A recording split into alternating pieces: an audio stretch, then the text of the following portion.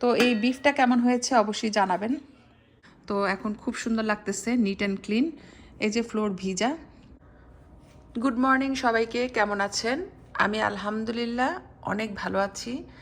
আজকের দিনটা এরকম ব্রাইট সানি, খুব একটা গরম না আবার ঠান্ডাও না।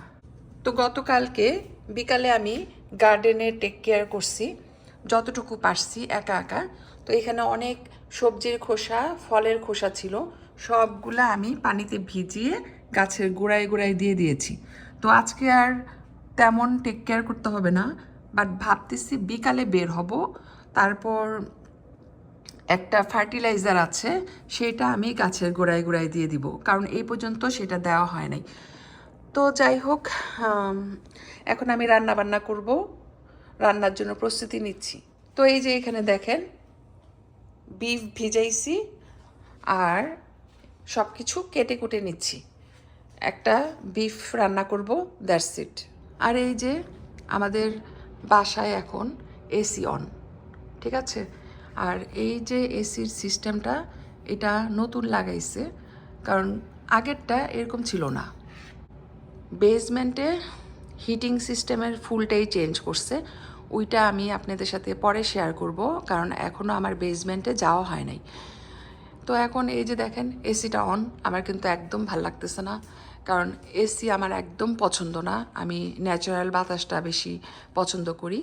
এই দেশে তো সামার খুব অল্প টাইমের জন্য আসে, ইচ্ছা করে গরমটা এনজয় করতে, কিন্তু বাসার লোকজন একদম পছন্দ করে না গরম।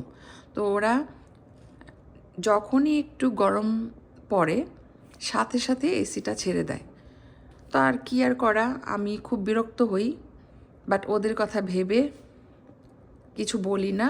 আর আমাদের এই মেইন ফ্লোরটা সবসময় ঠান্ডা থাকে, এসির প্রয়োজন নাই। তো অনেক সময় দেখা যায় আমি সোয়েটার পরে থাকি অথবা গাউন পরে থাকি, কি করব বলেন? সবার কথা চিন্তা করে নিজের আরামটাকে স্যাক্রিফাইস করি। আজকে আমার জব নাই, বাসায় থাকবো, তাতে কি হয়েছে?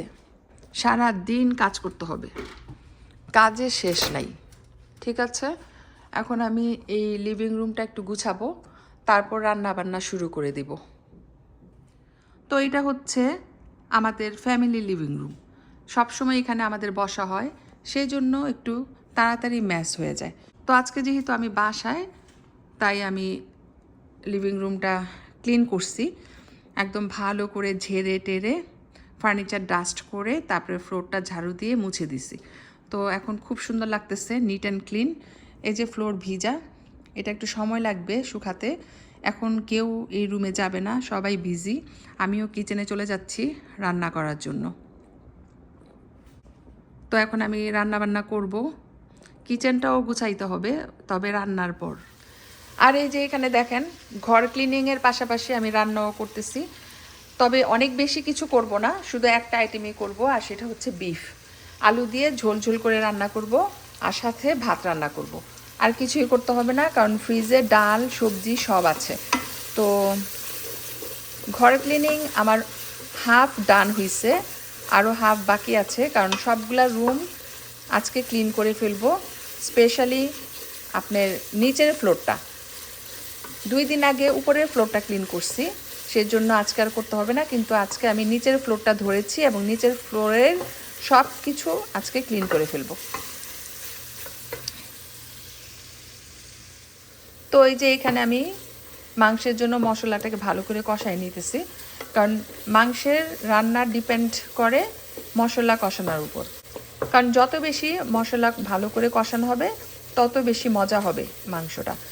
সো এই জন্য সেটা যে মাংসই হোক না কেন ভালো করে কষাই নিতে হবে। তো এখন কষানো হয়ে গেছে, মাংসগুলো দিয়ে দিচ্ছি।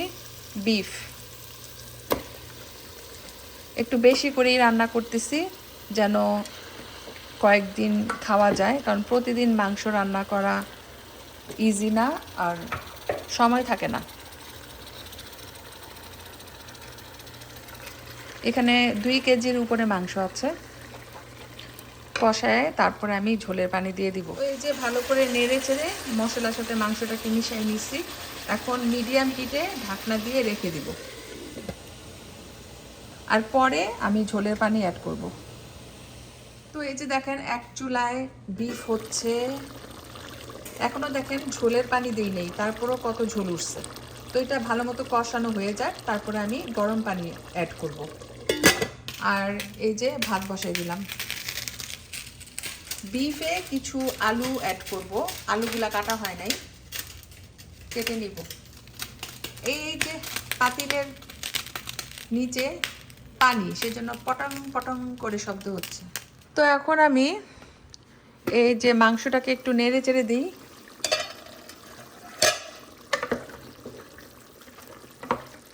মাংস রান্না করতে অনেক ইজি, সব কিছু রেডি করে বসাই দিলেই হয়ে যায়।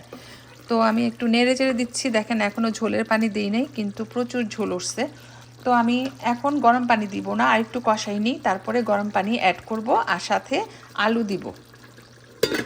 আর এদিকে ভাত হচ্ছে। তো এখানে অনেকক্ষণ ভালো করে কষায়ে গরম পানি দিয়ে জাল দিয়ে নিছি, আর সাথে কিছু আলু অ্যাড করলাম। তো আপনারা কি এরকম বিফ রান্না করলে কাঁচামরিচ ইউজ করেন? আমি কিন্তু ইউজ করি, আমার কাছে ভালো লাগে। কাঁচামরিচের ফ্লেভারটা বিফে থাকলে খেতে অনেক মজা হয়। তো এই যে দেখেন রান্নাটা অলমোস্ট হয়ে গেছে, এখন আলুটা সিদ্ধ হলে আমি চুলাটা অফ করে দিব। তো ফাইনালি রান্নাবান্না কমপ্লিট। এই যে দেখেন বিফ কারি আলু দিয়ে করেছি, মাশাল্লাহ কালারটা অনেক সুন্দর এসেছে, খেতেও মজা হবে কারণ স্পাইসি।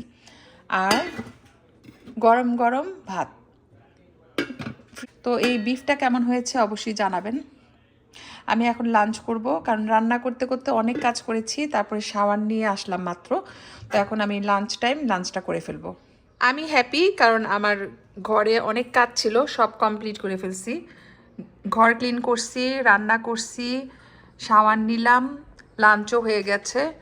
এখন বাইরের ওয়েদারটা দেখেন, খুবই ক্লাউডি, মনে হয় বৃষ্টি হবে সুন। সকাল থেকে ভালো ছিল, ব্রাইট অ্যান্ড সানি ছিল, কিন্তু এখন হঠাৎ করে ওয়েদারটা চেঞ্জ হয়ে গেছে। আর এইখানে দেখেন সুগার লাঞ্চ করতেছে। High sugar. ওকে, তোকে ডিস্টার্ব করবো না, তুই খা। এখন আমরা বসে বসে সকার খেলা দেখছি। ফ্রান্স খেলছে সেরাগানের সাথে। এখন পর্যন্ত কেউ গোল দিতে পারে নাই, 0-0। এই যে ইন্টারেস্টিং। আর হাফ অ্যান আওয়ার বাকি আছে, দেখি কি হয়। তো আমরা খেলাটা এনজয় করি, আপনারাও দেখেন, যে যেখান থেকে পাচ্ছেন খেলা দেখেন। খেলা দেখলে মন ভালো থাকে। তো আমি সকালটা শুরু করেছিলাম সুন্দর দিন দিয়ে, ব্রাইট অ্যান্ড সানি একটা দিন দিয়ে, আর এখন বিকালটা শেষ করছি বৃষ্টি দিয়ে। তো যাই হোক, সুন বৃষ্টি নামবে, আমিও বিদায় নিচ্ছি। আজকে এই পর্যন্তই, অনেক বক বক করলাম। সবাই ভালো থাকবেন, দোয়া রাখবেন। আল্লাহ হাফেজ।